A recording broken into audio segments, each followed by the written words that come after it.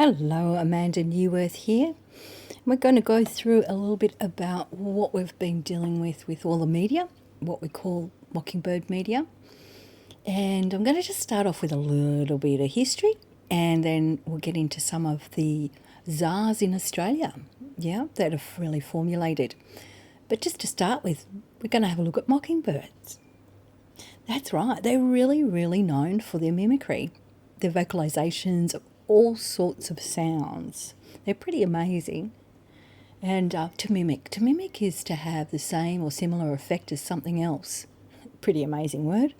And mock, to treat with contempt or ridicule, to deride, to put down. Now, if it didn't exist, how come there is a wiki on it, Wikipedia? And I thank you, because every single thing that I am going to present to you is open source. Now, this is really worthwhile going and reading. There's a couple of different links as well, like the CIA wiretapping operation at the top there, Project Mockingbird. You can click on that. It basically denies it. And then the next one is the influence on media, CIA influence on public opinion. But I'm just going to point out a couple of different points about it. So the first one I've already mentioned, and it's all in the second. But the interesting part is that it's all was formed in the Cold War era. And that was another point that I brought up in the Australian New World Order and Dumb's Decode that I did, was that all of it was really constructed and got underway terrifically between 1947 and 91. So we're talking about Mockingbird here. So what is it about? It was about recruiting leading journalists into a propaganda network and influenced all the operations of all the front groups that were around at the time. And it still goes on. So the use of mass media to influence public opinion internationally. And there was a very important person who worked in one of those really big organisations, global organisations based in the US, and his name was Alan. And he oversaw 25 newspapers and wire agencies. Important person, which is going to pop up again. Now, what they used to do is they used to develop intelligence reports developed by that company, you may as well say. And they used to place the reports, and then they would subject it to the cooperating and unwitting reporters. So the reports would be repeated and cited by the recipient reporters, and would then in turn be cited throughout the mass media. So a little bit like a mimicking bird. That's why they called it that way. Intentional from the start. And if it didn't exist, well then how come I found this document? Now I have snipped it a little bit and put two little pieces together. So you can actually DuckDuckGo and search for this document, Family Jewels, and it just makes a reference to Project Mockingbird, that it was in the 1963 that they installed telephone taps on two newsmen, and they thought that they were suspected of disclosing classified info. It's interesting that they've only sort of told or made point of this project in the day when JFK was president. But here in Australia, I think we need to look at what journalists and what it's all about. Like journalism that I know of is about keeping accountability. Like a local newspaper keeps account of the local councillors, etc., and local business people. And this is by Arthur Moses. He just wrote in 2019, "Greater protections of the media bolsters democracy and benefits all Australians. Power should not exist without accountability. Australia's media is critical to holding government and its agencies accountable for their actions." It's very, very true. It's very true. And we've got two words, journalism and propaganda. So propaganda means ideas or statements that are often false or exaggerated, and that they spread in order to help a cause, a political leader or a government. So this guy here, Paul Joseph Goebbels, born in 1987 in Germany, died in 1945, so just before the Cold War started. And he studied literature and history, got a scholarship, earned a PhD in 1921, quite some time ago. And he went back to his hometown, became a private tutor, then he became a journalist and was published in the local newspaper. So he was most well known for being the Minister of Propaganda for the German Third Reich, with good old Adolf, known as a Red Shield person. He was a master orator, propagandist. He's generally accounted responsible for presenting a favourable image of the Nazi regime to the German people between 1933 and 45. He was also a good mate of Adolf's. So I'm just going to do a couple of his quotes because these really reveal the understanding of what they were up to. So here's the first one. The most brilliant propagandist technique will yield no success unless one fundamental principle is borne in mind constantly. It must confine itself to a few points and repeat them over and over. And we've got some more here. If you repeat a lie often enough, people will believe it, and you will even come to believe it yourself. And then a lie once remains a lie, but a lie told 1,000 times becomes the truth. Propaganda works best when those who are being manipulated are confident they are acting on their own free will. Important point. This is a beauty. There was no point in seeking to convert the intellectuals, for intellectuals would never be converted and would anyway always yield to the stronger. And this will always be the man in the street. Arguments must therefore be crude, clear and forcible and appeal to emotions and instincts, not the intellect. Truth was unimportant and entirely subordinate to tactics and psychology. Now we have, in the year of 2020, totally experienced this very thing, especially appeal to the emotions and instincts of our fellow man and to our community with what has gone on this year. It's exactly the MO that they have utilised. And he also says, if you tell a lie, tell a big one. Well, we see that all the time. In fact, there's used to be a saying, if you're a politician, as soon as you open your mouth, you know that you lie, that we know that they're lying. Yep. So another one. Think of the press as a great keyboard on which a government can play. Wow. A media system wants ostensible diversity that conceals an actual uniformity. Wow. There will come a day when all the lies will collapse under their own weight and truth will again triumph. We enter Parliament in order to supply ourselves in the arsenal of democracy with its own weapons.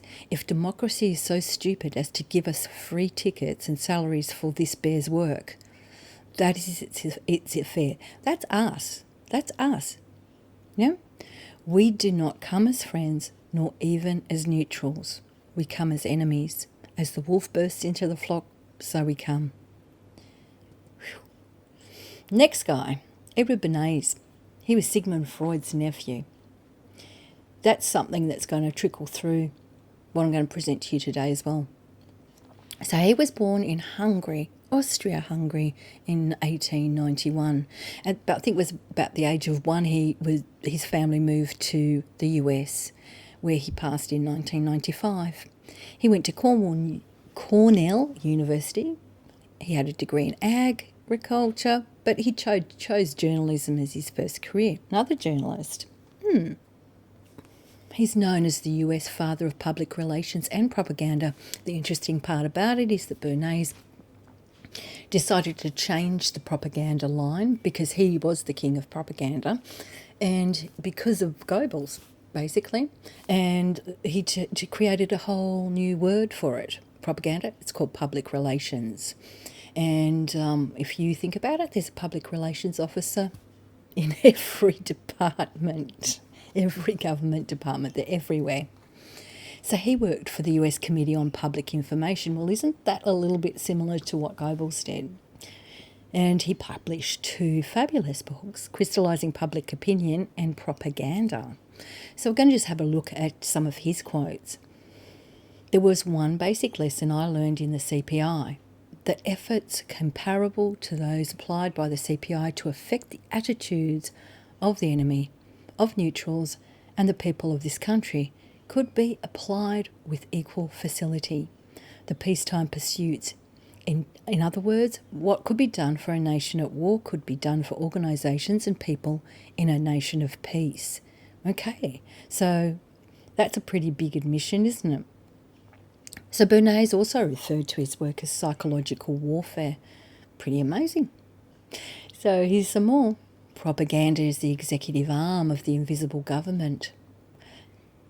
We are governed, our minds are moulded, our tastes formed, our ideas suggested, largely by men we have never heard of.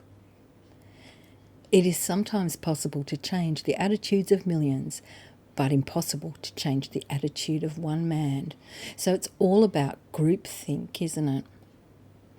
If we understand the mechanism and the motives of the group mind, it is now possible to control and regiment masses according to our will, without them knowing it. We are dominated by the relatively small number of persons who understand the mental processes and social patterns of the masses. It is they who pull the wires which control the public mind. So it's not by mistake at all, is it? And here is another absolutely incredible one. And we're going to leave Mr. Bernays for the moment. In his quotes, the conscious and intelligent manipulation of the organised habits and opinions of the masses is an important element in democratic society. Those who manipulate this unseen mechanism of society constitute an invisible government, which is the true ruling power of our country. And if you think about it, you're hearing all sorts of language here that flows through. Even the democratic process of the democratic society is all part of this mechanism. Makes me think that democratic society is, in fact, we've been sold a bit of a lie on that one as well. Now, who's behind all of this? You know, you really can't imagine that when you start off that it could be so organised, but I'm going to just take you on a bit of a journey that this has been a conceived conscious system. But first we'll just give Bernays he did way more than these things. I'm just going to tie a couple of things together here. Water fluoridation. So he sold the public water fluoridation. Women wearing hairnets, and Lucky Strike cigarettes being popular for women, and it was a whole project called Torches of Freedom. He sold the public disposable cups, and bacon and eggs for breakfast, and Betty Croker instant cake mix, and the United Fruit Company canned bananas, which of course were available all year round, which was a big thing, and they used to buy them from Guatemala. But they were also, and Bernays was also involved in the propaganda that was associated with the Guatemalan coup in 1954. Now, that gentleman that I mentioned earlier, Alan Dulles, and his brother John just happened to be major shareholders in the United Fruit Company. And in 1953, CIA Director Alan oversaw the media network again. Remember, the 25 newspapers and wire agencies, and all they needed was a propagandist to help cover it up because they were involved in the Guatemalan coup. Big scandal. So now we go to that system that was behind this well-constructed, organised system. Now, this is a fantastic book. You can get it online, and you just have to Google it or DuckDuckGo it, and it's the Tavistock Institute on Human Relations, Shaping the Moral, Spiritual, Cultural, Political and Economic Decline of the United States of America by John Coleman. It's an important book for all US people to read, but it really applies to us everywhere because the same system is global. So it started back in about, I think it was 1913, an institution called Wellington House in London that eventually evolved into the Tavistock Institute. And the Tavistock Institute went on to shape the destiny of Germany, Russia, Britain, US. And it was really controversial, but also kept way away from the people to understand what was going on. So Wellington House in those days was called a life factory, and that it was a black hole of disinformation. And it was written that those comments were written by Arnold Toynbee, who was a historian of the day. The other things that he said was that the people of these nations were unaware that they were being brainwashed. Wow. The origin of mind control, unidirectional conditioning, and mass brainwashing. So some smart people were really onto it back then, but it's become such a norm that we don't seem to really, it's sort of fallen by the wayside. So even just in the introduction, it's got full of information. So the fall of dynasties, the Bolshevik Revolution, World War I, World War II saw the destruction of old alliances and boundaries, the convulsions in religion, morals, family life, economic and political conduct, decadence in music and art can all be traced back to mass indoctrination, mass brainwashing that was practiced by the Tavistock Institute for Social Science and the scientists from there. Okay, so they had been studying a very long time at the psychology of we humans. So it is an intention. Now I go on. Prominent among Tavistock faculty were Edward Bernays, the double nephew of Sigmund Freud. The double nephew, I think it's because he's I had an uncle. There's two relatives that were related. And it is said that Herr Goebbels, propaganda minister for Germany, used the methodology was devised by Bernays, as well as those of Willy Munzenberg. Now, that's another study in itself, Munzenberg, but if you're interested in propaganda, you can go that way on a private study for sure.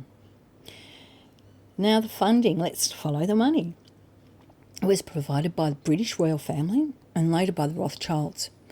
So two Americans, Walter Lippmann and Edward Bernays, were appointed to handle the manipulation of the American public opinion in preparation for the entry of the United States into World War I, and to brief and direct President Woodrow Wilson. Wow.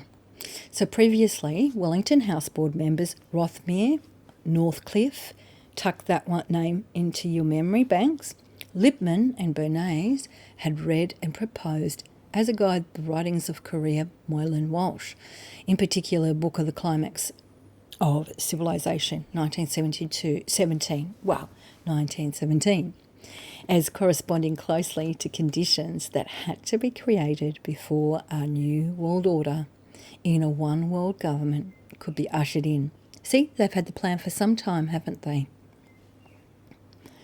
So in this endeavour, the members of the board consulted with the British royal family and obtained the approval of the Olympians, the inner core of the Committee of 300, to formulate a strategy.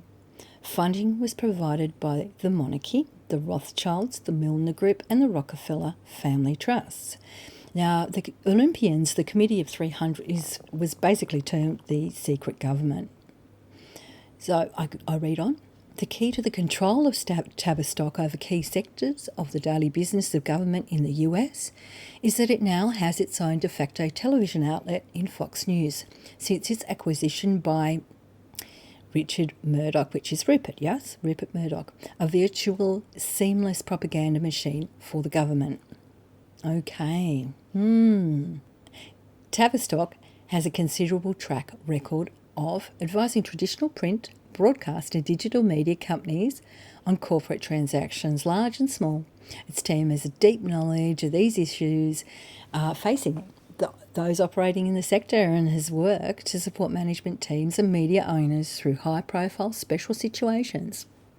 The Tavistock Institute of Human Relations was created in 1947.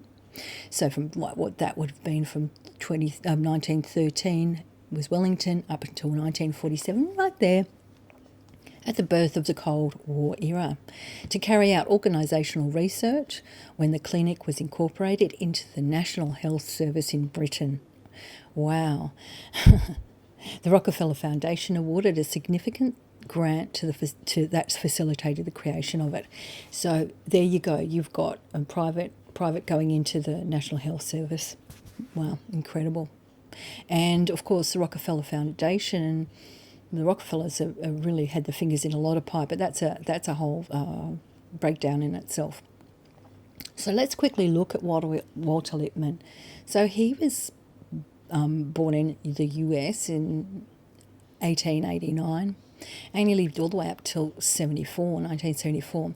And I put this in because this is the way they really redescribed propagandists. American writer, reporter and political commentator, famous for being, and that's what I look for that now, because you might see that they actually are the ones who mould the public opinion. So he was famous for being among the first to introduce the concept of Cold War. So he sold everyone Cold War. And this is his quote: "Ours is a problem in which deception has become organised and strong, where truth is poisoned at its source, one in which the skill of the shrewdest brains is devoted to misleading a bewildered people." And they even knew that. He even knew that. Wow, what a claim. And here I just really wanted to point out, if you look over here on the right-hand side, actually if we start right in the middle, I'm going to use my mouse, and it's going to bring up a couple of different little tags on all around the screen. But if we look here at this wonderful order here that's going to go down, because it is the conspiracy to rule the world. Now, if we just look over here, we've got Tavistock Institute. And you can actually, if you freeze this, if you just pause this and really check out this incredible construction here, this is one of the simplest charts for us to understand the order. So we've got the Council of 13, the Bilderbergers, Atlantic Council, we've got Federal Reserve, World Bank, World Court, UN, UNICEF, UNESCO, Temple of Understanding, we've got the WHO organisation, we've got the IMF, we've got the Central Committee of the Communist Party of the Soviet Union, and you've also got the Marxist and Leninist Communist Party of the US. Okay, you've got all of these right down the central column. The other thing I want to explain to you is that if we divide it down the middle and we take the House of Rothschilds and we take the Rockefellers, Rockefeller was sent to the US to develop and be the arm of this mob. Yep, of the families. So if we're in a Commonwealth country, or the one with Queen Lizzie has been part of it, we come under this side. If you're in the US, it comes under the rocks. Yep. So when you have a look, you can see that there's just all of the different things. So we've got the group, Milner, there, it was mentioned just before. We have a lot of Rhodes Scholars in Australia. We also know that there's a lot of influence with the Fabians, the New School of Social Research, yep, World Peace Council. We've also got MI5.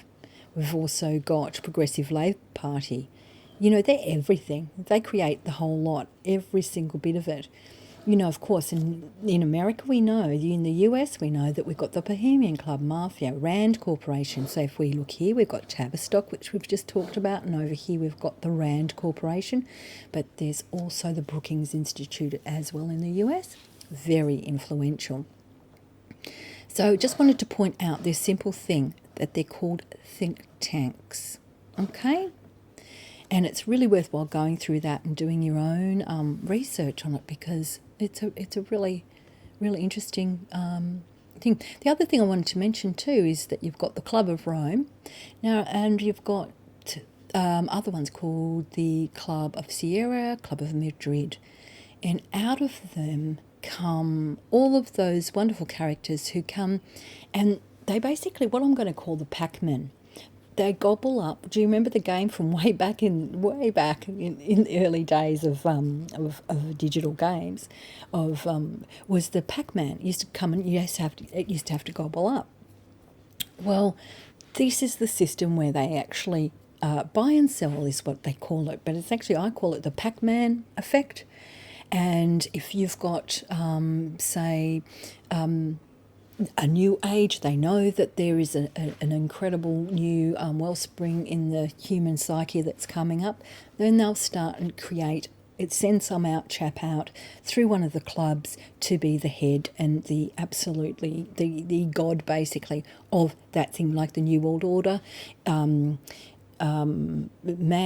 for the New Age movement is Irvin Laszlo, and he was born out of one of the clubs, Club of Rome, Club of Sierra, Club of Madrid. There's quite a few of them. The other thing that they do is that if there is something like Greenpeace or the Pilgrim Society, what they do is they send their men and women into these front groups, because these are all front groups, into the front groups, and then they get on the board and then they start taking over and redirecting everything. So this is this mechanism that they're very good at. It's called the Pac-Man. Now, also the other thing I wanted to mention too is every Federal Reserve Bank in the world, including the Australian Reserve Bank of Australia, is not owned by Australia. It is owned by the Red Shields. So let's move on, because this man right here has his big think tank in Australia. And if we just simply look, if you've been doing your research, you'll know that there's a couple of obvious things here. We've got the Clinton Foundation, we've got AusAid, and the Lowy Institute. Those three together just says a lot to me. Now, the Clinton Foundation has been in a lot of trouble because they weren't spending the donations in a way that was actually progressive. It was just money laundering, basically. AusAid in Australia has been in a lot of trouble because they gave a lot of money to the Clinton Foundation, and they do a lot of aid overseas that doesn't really get to the people. But to have this gentleman, Frank Lowy, have his own think tank is quite fascinating. But who is Frank Lowy? Well, he was born, it's said, which I question deeply. I really do question this because it doesn't add up. He was born in 1930 in Hungary. Okay, but he's known, and this is something that's a bit of a theme too. They go, whenever they introduce somebody on Wiki, he's an Australian-Israeli businessman of Jewish, Slovakian, Hungarian origin. So wouldn't that make him as Australian-Hungarian? But he's now an Australian-Israeli. Okay. So Lowy was born in Czechoslovakia, which is now Slovakia, but it's actually Hungarian. So he lived in Hungary too.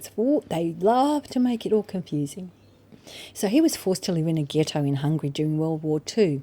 He made his way to France in 1946, where he boarded the ship Yago, heading for mandatory Palestine, which this is just pre-Israel.